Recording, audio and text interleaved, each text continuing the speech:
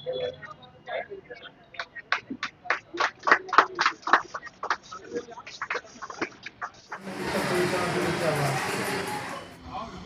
कहना चाहेंगे, किस तरह का हॉस्पिटल है, क्या व्यवस्थाएं आपको लगती है? देखिए, निश्चित रूप से भी नौजवान लड़का है और एक प्रयास कर रहा है कि हम स्वास्थ्य के क्षेत्र में एक बेहतर सेवा जो है गरीब और ज़रूरतमंदों को दे सकूं। मेरी शुभकामना है इसके साथ, और मेरी सलाह है कि लंबी दूरी तय करने के लिए शुचिता और ईमानदार होना बहुत जरूरी है। तो ऐसी परिस्थिति में अपने पेशे के साथ ईमानदारी पूर्वक अगर ये आगे बढ़ेंगे तो सफलता निश्चित रूप से इनके कदमों में जरूर चूमेगी, क्योंकि कोई भी सफलता उसका मुख्य आधार उसका पेशेंस होता है। आप कोई भी कारोबार किसी भी क्षेत्र में जाइए, यदि धैर्य नहीं रख पाएंगे तो आपको आगे का रास्ता साफ नहीं दिखेगा, और वहीं पे साहस और धैर्य की जरूरत पड़ती है।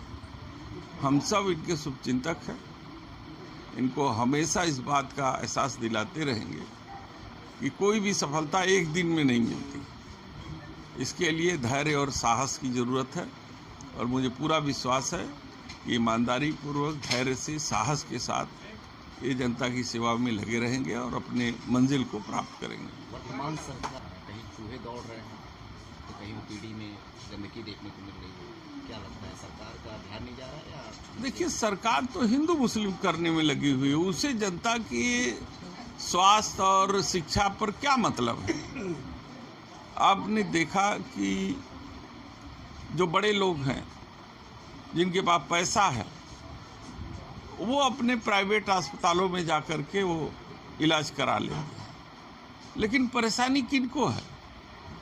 परेशानी उस आवाम को है जो एक आशा भरी निगाह से सरकार की तरफ देखती है कि जो सरकार की नीतियां होती थी, जैसे जब समाजवादी सरकार थी तो हमारा नारा था कि दवा पढ़ाई मुफ्त होगी, और किसानों के लिए सिंचाई मुफ्त किया था, और ये जान करके कि 1 रुपए की पर्ची पर अगर हमारा गरीब समाज सरकारी अस्पतालों में आएगा तो उसको ज़रूर इलाज मिलेगा।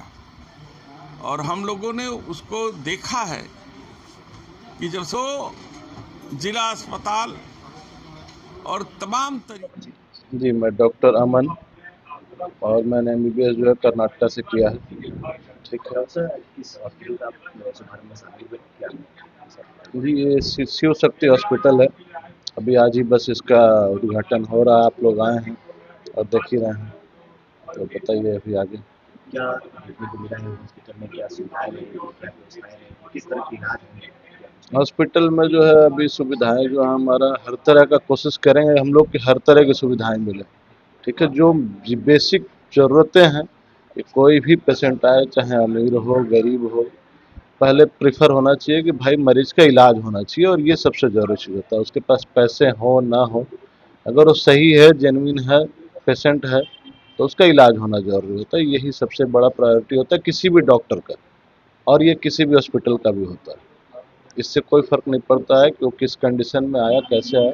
पहले होता है उसका जान बचाना, उसको सेव करना, उसके बाद ही जो है आगे जो भी चीज़ें होती है प्रोसेस वो चेक करना। इसमें महिलाओं के लिए भी? जी जी, महिला हो, पुरुष हो, बच्चे हों, बूढ़े हों, सबके लिए। ठीक है, अभी व्यवस्थाएं जैसे जैसे बनती जाएंगी वो चीज़ें फिर हम लोग करते जाएंगे। ठीक है। मरीजों के साथ कभी कभी दिक्कतें आ जाती हैं, जी, उसको लेकर क्या कहना किस तरह की दिक्कतें? जैसे कि पेमेंट को लेकर?